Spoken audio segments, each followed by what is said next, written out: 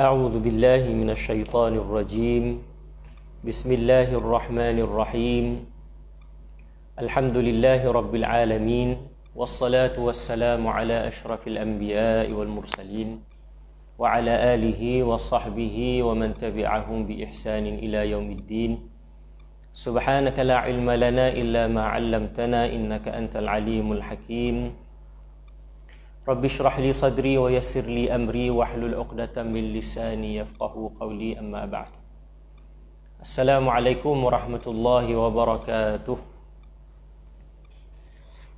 Marilah sama-sama kita memulakan majlis ilmu kita pada petang ini dengan sama-sama kita membaca Ummul Kitab Al-Fatihah. A'udzu billahi minasyaitonir rajim. Bismillahirrahmanirrahim. Alhamdulillahi rabbil alamin. الرحمن الرحيم مالك يوم الدين إياك نعبد وإياك نستعين اهدنا الصراط المستقيم صراط الذين أنعمت عليهم غير المغضوب عليهم ولا الضالين آمين. Alhamdulillah, marilah sama-sama kita bersyukur pada Allah Subhanahu wa taala. Kita dapat sama-sama berada di dalam bulan yang penuh dengan keberkatan ini, di bulan Ramadan, sehingga ke saat ini, hari ini kita berpuasa pada hari yang ke-6, dan malam ini kita bertarawih dengan malam yang ke-7.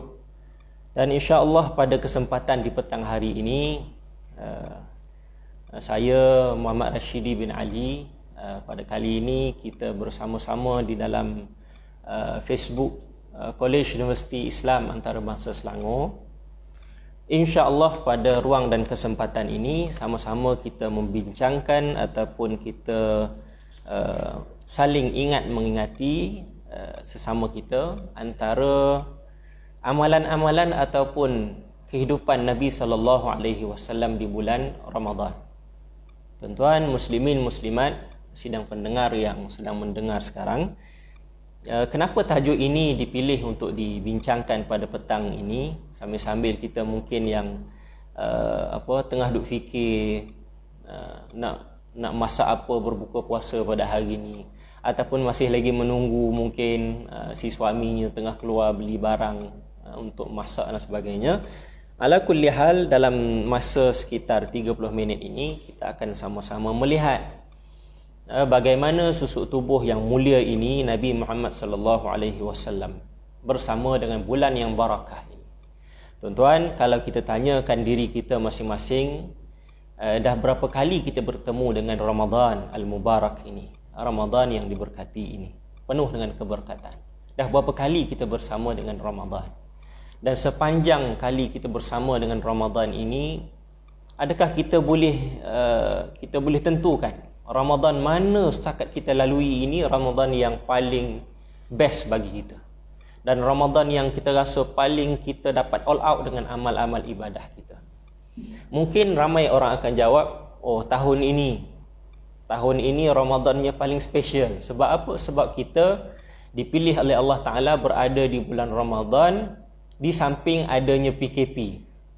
Maksudnya ada perintah kawalan pergerakan. Kita tak boleh keluar sewenang-wenangnya, tak boleh nak ke hulu ke hilir, tak boleh nak pergi ke mana-mana beli barang. Mungkin sebahagian kalau sebelum Ramadan lagi dah dicarinya baju raya, tak sempat sebelum Ramadan, masuk bulan Ramadan masih lagi terfikir-fikir macam mana tema hari raya pada tahun ini. Alhamdulillah, pada kali ini mungkin ramai orang merasakan Ramadan ini adalah Ramadan yang penuh dengan detik-detik indah kita bersama Ramadan, kerana bulan ini Allah Ta'ala pilih kita untuk kita bersama-sama duduk di rumah masing-masing melakukan ibadah secara eksklusif. Jadi di samping itu kita juga ingin melihat bagaimana Nabi kita, Nabi Muhammad sallallahu alaihi wasallam berada di bulan Ramadan, dan bagaimana baginda sallallahu alaihi wasallam menyantuni bulan Ramadan dengan amalan-amalan baginda. Sebelum itu suka kita ingatkan bahawa Nabi sallallahu alaihi wasallam sempat bersama dengan Ramadan hanya 9 kali. Ini ikut perkiraan yang disepakati oleh ulama. Kerana bulan Ramadan ini disyariatkan, berpuasa di bulan Ramadan ini disyariatkan pada tahun kedua setelah Nabi sallallahu alaihi wasallam berhijrah. Jadi kita tahu setelah Nabi berhijrah, Nabi duduk di Madinah sekitar 11 tahun. Jadi pada bulan Sya'ban tahun kedua hijrah, maka Nabi sallallahu alaihi wasallam terima pensyariatan puasa, kemudian Nabi puasa pada tahun tersebut. Kemudian tahun ketiga, tahun keempat, tahun kelima, tahun keenam, tahun ketujuh, ke-8, ke-9, ke-10. Kemudian baginda sallallahu alaihi wasallam wafat pada tahun ke-11 hijrah. Jadi di sini secara perkiraan yang ringkas itu, maka kita faham Nabi sallallahu alaihi wasallam sempat bersama dengan Ramadan sebanyak 9 kali. Maksudnya berpuasa di bulan Ramadan dengan ibadah yang khusus. Jadi dalam kehidupan Nabi sepanjang 9 kali Nabi bersama dengan Ramadan, maka di sana terlampau banyak kalau kita nak ambil detik-detik dan tips-tips ibadah daripada Nabi SAW untuk kita ikut. Kenapa Nabi? Laqad kana lakum fi Rasulillahi uswatun hasanah. Ini satu ayat yang boleh diguna pakai tak kira bila-bila masa. Allah Subhanahu wa taala nyatakan kepada kita, contoh teladan yang terbaik yang kamu kena ikut dalam kehidupan kamu tak lain tak bukan Rasulullah, iaitu Rasulullah Nabi Muhammad sallallahu alaihi wasallam. Maka dengan itu, pada kesempatan yang ada pada petang ini sekejap, kita ingin melihat bagaimana ibadah Nabi sallallahu alaihi wasallam di bulan Ramadan, khususnya ibadah.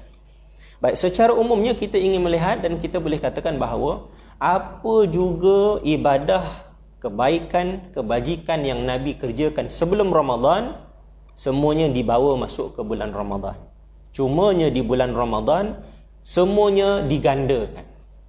Kan, ibadah itu digandakan, sedekah itu digandakan.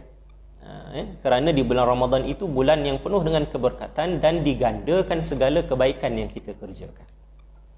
Baik, untuk permulaan saya ingin melihat dan kita menghayati perbezaan antara ibadah puasa di bulan Ramadan dengan ibadah yang lain. Kerana salat, Nabi SAW memberikan panduan yang kita kata straightforward. Nabi kata, sallu kama ra'aitumuni usalli. Dalam ibadah salat seperti mana aku salat. Jelas, maksudnya secara fizikal kamu lihat bagaimana Nabi salat, kamu ikut. Jadi kalau kita hari ini kita belajar melalui riwayat-riwayat hadis. Begitu juga dengan ibadah haji. Nabi SAW nyatakan hampir sama. Kan? Khudhu anni manasikakum. Kan? Ambillah daripada aku manasik-manasik hajimu. Maksudnya kalau kita belajar bagaimana turutan manasik haji itu, kita akan dapat. Namun pada ibadah Ramadan, berpuasa di bulan Ramadan ini tidak dinyatakan secara khusus bagaimana sifat puasa Nabi sehingga kan Nabi kata puasalah seperti aku puasa. Tak ada. Jadi ini salah satu daripada ibadah yang perlu kita amati betul-betul. Apakah tujuan, maqasid ataupun matlamat di sebalik puasa di bulan Ramadan. Oleh itu kita melihat pensyariatan puasa di bulan Ramadan dengan firman Allah Subhanahu wa taala pada ayat yang ke-183 pada surah Al-Baqarah. Allah Taala nyatakan, wahai orang beriman, ya ayyuhalladzina amanu kutiba alaikumusshiyam kama kutiba alal ladzina min qablikum la'allakum tattaqun. Di sana Allah Subhanahu wa taala nyatakan dengan jelas apakah matlamat. Jadi Allah Taala tak nyatakan secara pendetilannya. Allah Taala hanya nyatakan kamu diwajibkan berpuasa dan tujuan puasa itu untuk menjadikan kamu orang yang bertakwa. Tattaqun la'allakum tattaqun. Jadi di sini bagaimanakah kita ingin menjadi orang yang bertakwa? Apakah amalan-amalan yang dilakukan oleh orang-orang yang bertakwa yang ditunjukkan oleh Nabi sallallahu alaihi wasallam? Yang ini yang kita perlu kaji dan kita perlu ikut apa yang baginda lakukan. Jadi di sini pertama kita boleh simpulkan bahawa bulan Ramadan bulan ketakwaan. Orang yang masuk di bulan Ramadan automatik dia akan cakna tentang bagaimana nak jadi lebih bertakwa daripada bulan-bulan yang sebelumnya. Dan seterusnya kita melihat bulan Ramadan ini seperti mana yang dinyatakan oleh Nabi SAW, bulan yang penuh dengan lipat ganda kebajikan, amal-amal kebajikan. Sehingga kan Nabi sebut dalam satu hadis, apabila mula Ramadan, malaikat itu diikat, syaitan itu diikat, syaitan dan jin diikat, kemudian ditutup pintu neraka dan dibuka pintu syurga. Dan diseru dengan seruan apa? Ya baghiyal khair aqbil. Wahai orang yang ingin melakukan kebaikan, lakukan. Laksanakan, datang ke bulan Ramadan untuk laksanakan kebaikan yang kamu ingin laksanakan. Wa ya baghiyasy syarr, wahai orang yang ingin melakukan kejahatan, aqsir, stop. Kan? Tak payahlah. Masuk bulan Ramadan ni tak payah buat jahat lagi lah.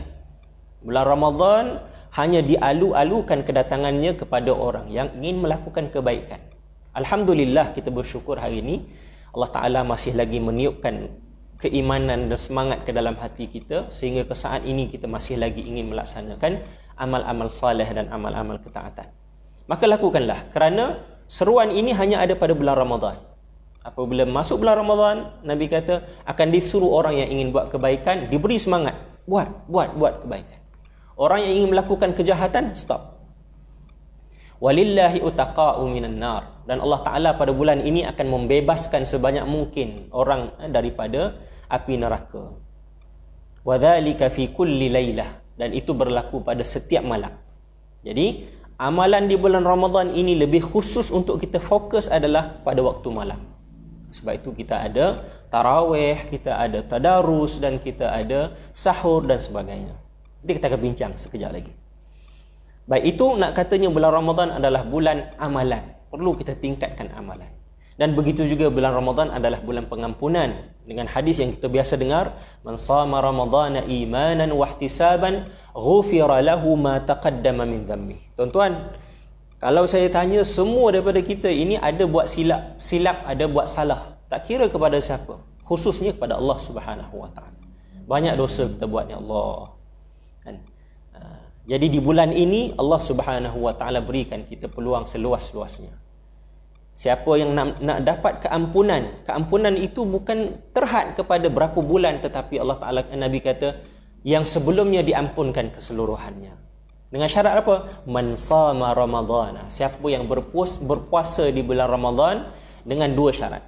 Berpuasa dengan imanan, keyakinan, dengan kepercayaan kepada Allah Subhanahu wa taala, wahtisaban, dengan penuh koreksi diri, dengan penuh muhasabah dengan apa yang telah dilakukan, kesalahan-kesalahan yang terdahulu, maka diampunkan segala dosa sebelumnya. Jadi rebut peluang di bulan Ramadan ini dengan sama-sama kita melihat apakah Nabi SAW lakukan di bulan Ramadan. Baik, kalau kita nak cerita secara khusus, maksudnya detail daripada bangun pagi sehinggalah ke esoknya Nabi bangun tidur keesokan harinya, banyak sangat yang kita nak detailkan. Cuma di sini saya simpulkan kepada beberapa perkara yang saya petik daripada ayat Al-Quran. Apabila Allah Subhanahu wa taala nyatakan Ramadan ini adalah Ramadan untuk mencari finalis muttaqin, melahirkan finalis yang diberikan gelaran sebagai muttaqin, orang yang bertakwa. Di hujungnya nak sampainya adalah mencapai darjat orang yang bertakwa. Dan ayat tadi disebut tattaqun. Kalau kita lihat dari sudut bahasa Arab, tattaqun ini bukan hanya menjadi orang yang bertakwa, tetapi sifat itu berterusan. Tattaqun dalam fi'il mudhari' dia bermaksud sedang berlaku dan akan berlaku sampai bila-bila. Tuan-tuan kalau tengok, boleh perasan di bulan Ramadan, masuk saja bulan Ramadan yang mana buat apa? Wal iyazubillah, kalau suka buat perkara-perkara maksiat, masuk bulan Ramadan automatik dia akan terasa Allah. Stoplah kita ni, dah bulan Ramadan ni. Marilah sama-sama kita buat kebaikan. Kod-kod yang ada lagi curi, tabung masjid dan sebagainya, dah kurang dah. kan. Kalau curi sekarang ni pun kan semua dah tak ada collection dah, sebab masjid semua dah ditutup. Jadi nak katanya tattaqun, sedang bertakwa dan akan bertakwa, berterusan sifat itu.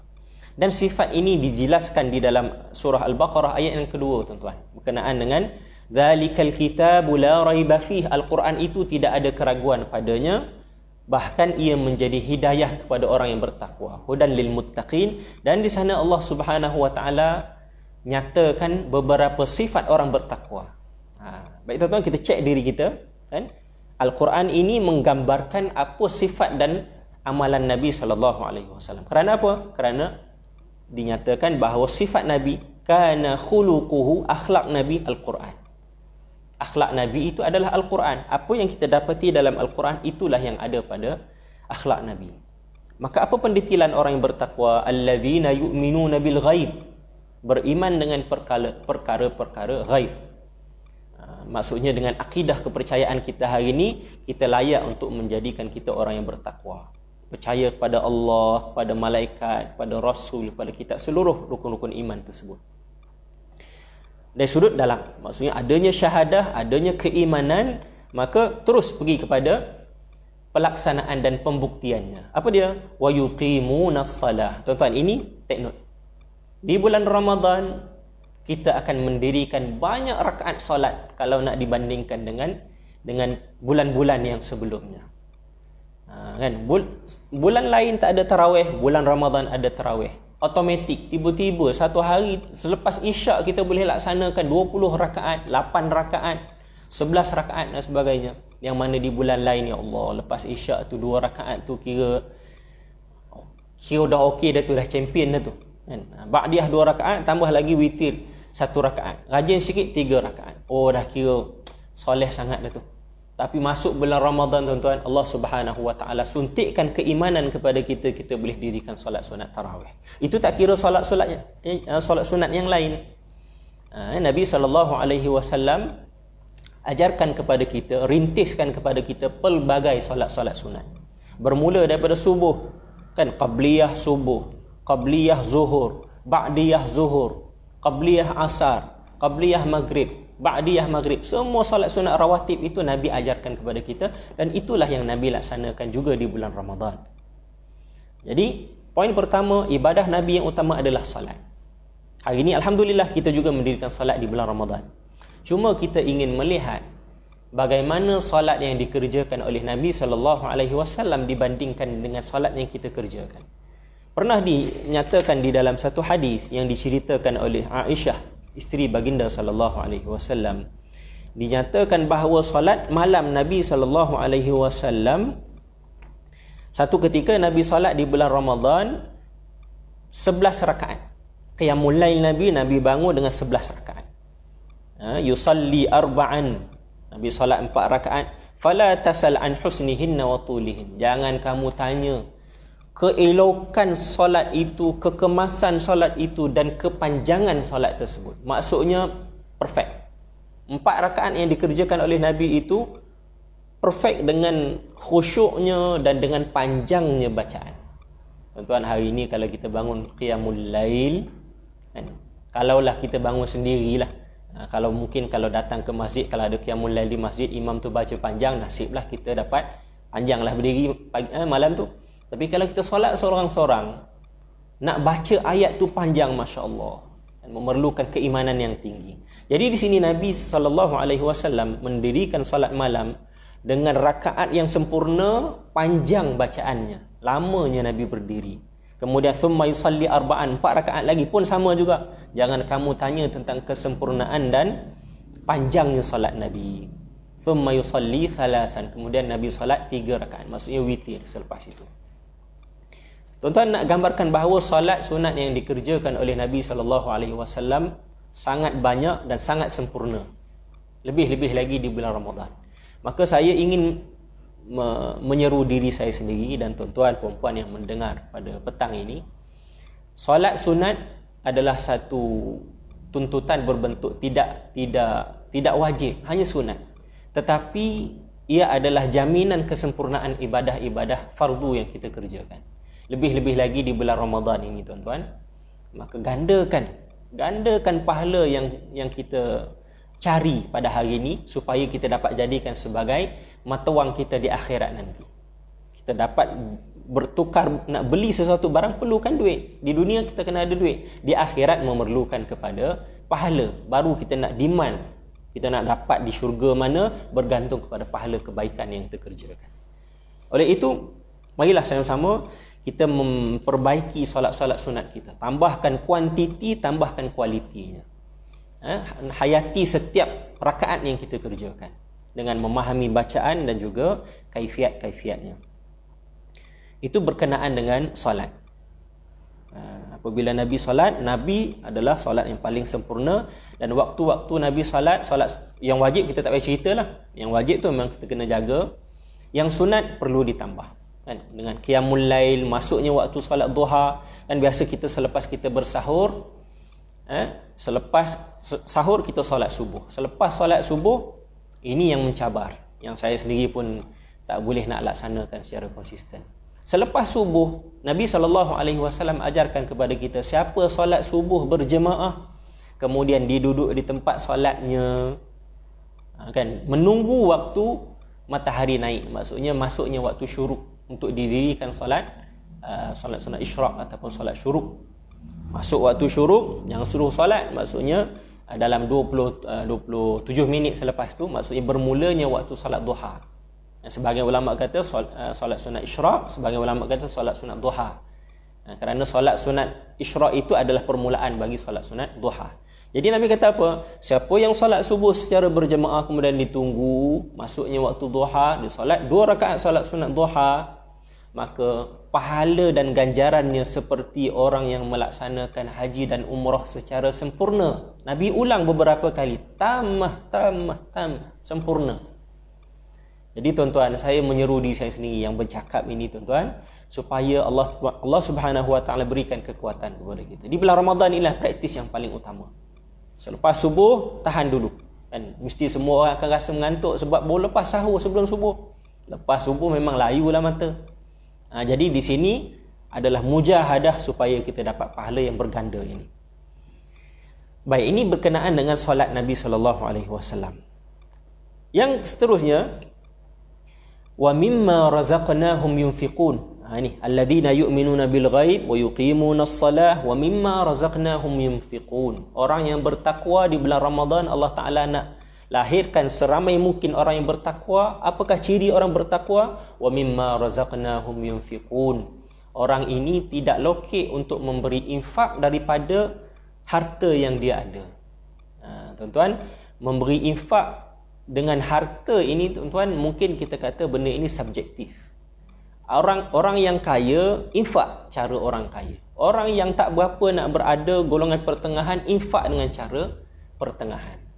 Yang penting yang Allah Subhanahu Wa Taala lihat bukan semata-mata pada nilainya, tetapi pada niat dan rasa pengorbanan yang ingin diberikan. Berkorban, mengeluarkan sebahagian. Sebab itu Allah Taala berfirman, wa mimma, sebahagian daripada apa yang kami rezeki kepada mereka, mereka infakkan. Jadilah seperti Nabi SAW. Nabi digambarkan dalam satu hadis, Nabi ada khadam, dan khadam ini cerita, sepanjang aku jadi pekerja Nabi, jadi khadam Nabi, tak pernah Nabi nak tolak sebarang permintaan aku, dan tak pernah Nabi nak mengarah-arah benda yang membebankan aku. Ini sifat Nabi yang sangat pemurah. Dan apabila diminta sesuatu daripada Nabi SAW, tak pernah Nabi kata jangan ataupun tidak. Jadi tuan-tuan, benda ni susah sebenarnya kita nak dapat penghayatannya. Kan? Semua orang sukakan harta. Kan? Nama lagi mal. Orang Arab namakan harta itu dengan mal. Sebab apa? Sebab mal itu maksudnya cenderung, condong. Yamilul qalb ilaihi. Yang mana hati itu sentiasa cenderung kepadanya. Maksudnya harta itu sesuatu yang manusia suka kepadanya. Di bulan Ramadan ini, dia adalah satu benda yang Nabi SAW sentiasa ajarkan kepada para sahabat, iaitu sentiasa berinfak. Di dalam satu hadis dinyatakan bahawa tidak adalah orang yang paling pemurah daripada Nabi SAW. Saya ingin mengulas sikit hadis ini. Hadis daripada Ibnu Abbas, katanya, kana Rasulullah sallallahu alaihi wasallam ajwadan nasi bil khair. Ibnu Abbas kata, orang yang paling pemurah Nabi sallallahu alaihi wasallam. Ini secara umum, bila-bila masa saja. Yang paling pemurah Nabi. Saya sebut tadi, apabila orang meminta, Nabi tak pernah nak halang, Nabi tak pernah nak kata tidak, semua diberikan. Wa kana ajwada ma yakunu fi syahri Ramadan. Lebih-lebih lagi Nabi itu jadi seorang pemurah adalah pada bulan Ramadan. Bila? Inna Jibril alaihi salam kana yalqahu fi kulli sanah. Jibril setiap tahun akan turun bertemu dengan Rasulullah, bertalaqi Al-Quran. Maksudnya mengajarkan, bermuzakarah, berbincang tentang Al-Quran dengan Nabi sallallahu alaihi wasallam fi Ramadan. Malaikat Jibril akan datang pada Ramadan, setiap kali Ramadan. Fi Ramadan hatta yansalikha, sampai habis sempurna bulan. Fa ya'ridu alaihi Rasulullah sallallahu alaihi wasallam Al-Qur'ana, dibentangkan kepada Nabi itu Al-Quran, dan Nabi juga bersoal jawab dengan Jibril tentang kefahaman Al-Quran. Fa idza laqiyahu Jibril kana Rasulullah sallallahu alaihi wasallam ajwada bil khairi minar rihil mursalah. Apabila maksudnya talakinya Jibril itu dengan Rasul, dengan Al-Quran tersebut, maka dinyatakan di situ waktu itu lebih pemurah Nabi sallallahu alaihi wasallam. Ajwad bil khair. Baik, kita tengok ada tingkatan dia. Di hari-hari biasa Nabi paling pemurah. Masuk bulan Ramadan Nabi paling lebih pemurah. Apabila bertalaki dengan Jibril, Nabi lebih pemurah. Maksudnya pemurahnya Nabi itu ada peringkat. Peringkat yang paling Nabi berpemurah adalah ketika Nabi bertalaki dengan Jibril, iaitu dengan bacaan Al-Quran. Ajwada bil khairi minar rihil mursalah, dan diberikan satu kiasan, pemurahnya Nabi itu lebih pemurah daripada angin yang bertiupan. Rihil mursalah, angin yang bertiupan. Maksudnya apabila angin itu datang, dia tak memilih tempat-tempat tertentu untuk kena. Semua akan kena. Dan sebagian ulama kata, apabila datangnya angin berbentuk rahmah, maka akan turunnya hujan rahmat daripada Allah Subhanahu wa taala. Maka di sini tuan-tuan, kita nak melihat poin bagaimana digambarkan Nabi sallallahu alaihi wasallam sebagai seorang yang pemurah. Dari manakah sumber pemurah tersebut? Sifat pemurah. Kadang kita hari ini kita nak jadi pemurah, kita hanya gambarkan bagi duit pada orang, jadi orang yang pemurah. Ada orang difikir pemurah tak semestinya duit, senyum pada orang dah jadi pemurah dah, pemurah dengan senyuman. Jadi di sini pada hadis ini apabila kita melihat pandangan-pandangan ulama, sumber pemurahnya sifat Nabi sallallahu alaihi wasallam adalah bermula daripada Al-Quran. Kerana talakinya Jibril bersama dengan Nabi bukan semata-mata bacaan, tetapi kefahaman. Sebab itu kalau kita hari ini tadarus selepas Isyak dan waktu malam tadarus, bukan setakat tadarus, tetapi kita mempelajari dan memahami intipati Al-Quran. Para ulama mengeluarkan beberapa poin ataupun pengajaran daripada hadis ini. Yang pertamanya adalah apabila kita mempelajari dan memahami intipati Al-Quran, tajaddud lahu al-ahdu bimazidin ghinan nafsi, akan sentiasa diperbaharui kita kata perbendaharaan yang ada di dalam hati dia. Maksudnya hati dia akan jadi lebih kaya. Kan? Kaya yang dimaksudkan bukan setakat kaya dengan harta, tapi Nabi kata wa innal ghina ghinan nafsi. Kaya itu adalah kaya pada jiwanya. Seorang yang jiwanya kaya, jiwanya mudah memaafkan orang, mudah berlapang dada, tak mudah untuk berkecil hati dengan orang lain, kan? Mudah untuk melakukan kebaikan. Jadi di sini para ulama kata apabila seseorang itu mempelajari Al-Quran, maka dia akan jadi pemurah. Apa kaitannya? Kerana apabila setiap individu itu memahami tanggungjawab masing-masing di dalam Al-Quran, maka dia akan jadi seorang yang pemurah. Seorang majikan apabila dia memahami apakah tanggungjawab seorang majikan, dia akan berlaku pemurah kepada pekerja dia. Seorang guru, dia memahami tanggungjawab dia sebagai guru, dia akan jadi seorang yang pemurah. Bukan maksud pemurah tu bagi markah sesuka hati, tapi nak katanya dia memberi sesuatu pada tempat yang sepatutnya diberi. Seorang anak, dia faham tanggungjawab dia sebagai seorang anak di dalam Al-Quran, dia akan jadi seorang yang pemurah. Jadi ajwad di sini merangkumi semua bentuk tanggungjawab. Sebagai seorang pekerja awam, sukarelawan, orang kaya, orang miskin. Orang kaya, dia belajar di dalam Al-Quran, dia melihat di dalam Al-Quran apakah tanggungjawab orang yang kaya dengan infak dan sebagainya, maka dia akan jadi orang yang ajwad, orang yang pemurah. Orang yang miskin, apabila dia memahami tanggungjawabnya yang dinyatakan di dalam Al-Quran, dia juga berhak dan dia boleh menjadi orang yang ajwad, orang yang pemurah. Jadi di sini Nabi SAW adalah orang paling pemurah. Sebab apa? Kerana Nabi SAW memahami intipati Al-Quran. Jadi marilah sama-sama kita mencari balik, mencari kembali apakah sumber asal kekuatan kita di dalam Al-Quran di bulan Ramadan ini. Sebab itu kalau di negara-negara Arab, masuk je bulan Ramadan, banyak majlis-majlis ilmu ditutup. Kerana apa? Kerana mereka nak fokus kepada pengajian dan tadabbur terhadap Al-Quran. Baik. Selain daripada itu, sebagian ulama kata, daripada hadis ini nak nyatakan bahawa barakah mujalasatus salihin. Adanya keberkatan apabila kita sentiasa bersama dengan orang-orang yang salih. Kan? Maksudnya Nabi bersama dengan Jibril, dengan adanya Al-Quran, muzakarah Al-Quran, di situ semakin bertambah pemurahnya Nabi SAW.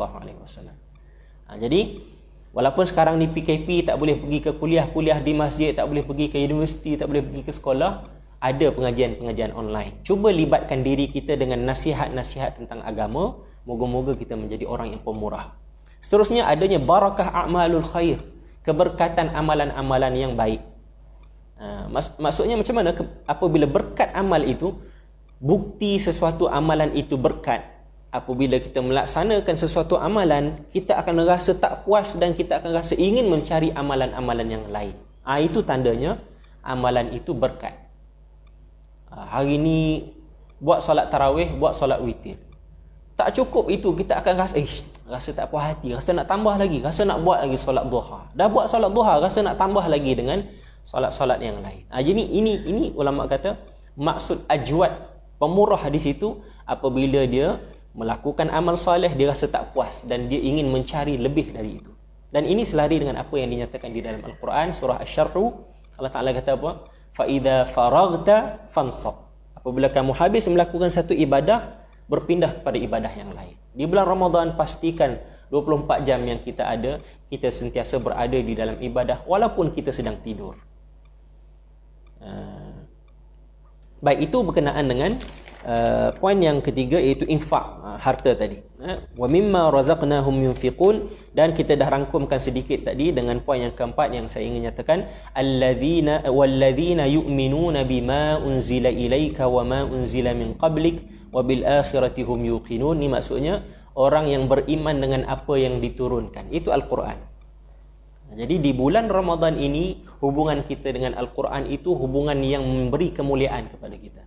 Dan sebagian ulama kata Al-Quran ni hebatnya dia turun di bulan Ramadan jadi mulia. Turun di malam Lailatul Qadar, malam itu jadi malam mulia. Turunnya melalui perantaraan Jibril, maka Jibril itu jadi paling mulia. Turunnya kepada Nabi akhir zaman, Nabi Muhammad sallallahu alaihi wasallam, maka Nabi itu adalah Nabi yang paling mulia. So persoalan dia, apabila Al-Quran itu Allah Ta'ala izinkan masuk ke dalam hati kita, masuk ke dalam jiwa sanubari kita, bayangkan betapa mulia dan bersinar hati kita dan kehidupan kita secara keseluruhan. Jadi tanggungjawab kita di dalam bulan Ramadan, pastikan Al-Quran itu menyerap masuk ke dalam tubuh badan kita, bukan setakat dengan bacaan tetapi dengan kefahaman. Baik, saya ulang balik apa yang kita bincangkan tadi.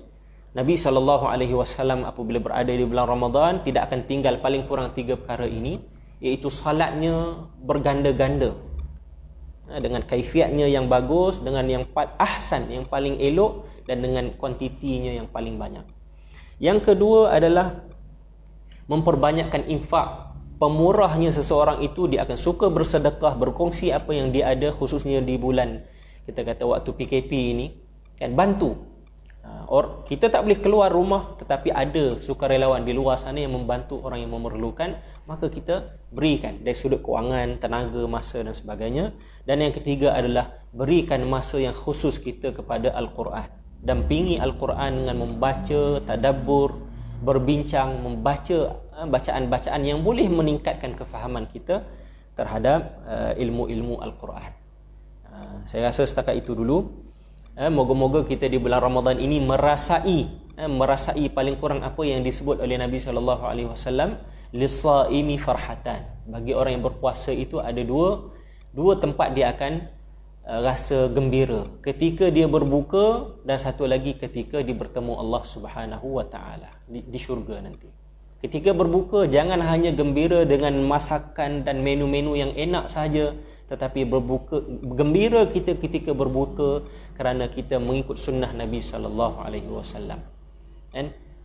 Kalau nak kata Nabi gembira dengan menu hidangan, yang dinyatakan di dalam riwayat-riwayat, Nabi berbuka dengan tamar, kan?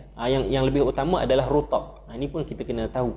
Yang pertama, yang paling Nabi suka rutab, maksudnya kurma yang basah, yang dah matang, maksudnya yang basah, yang ada isinya basah sikit. Kalau tak ada yang tu, Nabi akan pilih tamar, kurma yang kering. Kalau tak ada itu, Nabi akan minum air, beberapa teguk air masak sahaja.